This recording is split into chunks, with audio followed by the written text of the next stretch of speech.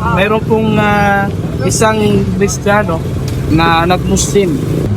Nung nalaman niya kung ano yung turo ng Islam patungkol kay Jesus, paano ginagalang si Jesus sa Islam, paano minamahal ng mga Muslim sa Islam si Jesus, naging dahilan po yun na siya ay nag-Muslim. So ito po, sana po ay basahin niyo po ito ate, hindi naman po ito. At wala naman Wala po mang- kapilitan. Wala namang mawawala. Wala pong mawawala. Tama po yun. Babasahin Tama po ito. yun. At kami naman po ay pinag-aaralan din namin ang Christianity. Nais namin maging makatarungan at maging fair po sa pakikitungo sa mga Christian kapag nagsasalita po kami kasi mga ngaral po kasi kami ng Islam.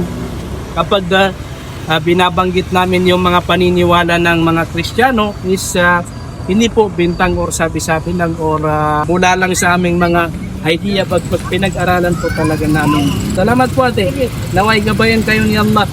At kung may isip po man balang araw na mag-Muslim, may Facebook kayo? May Facebook, may Pwede niyo pong i-follow yung ano po? ano po, Ako na lang po.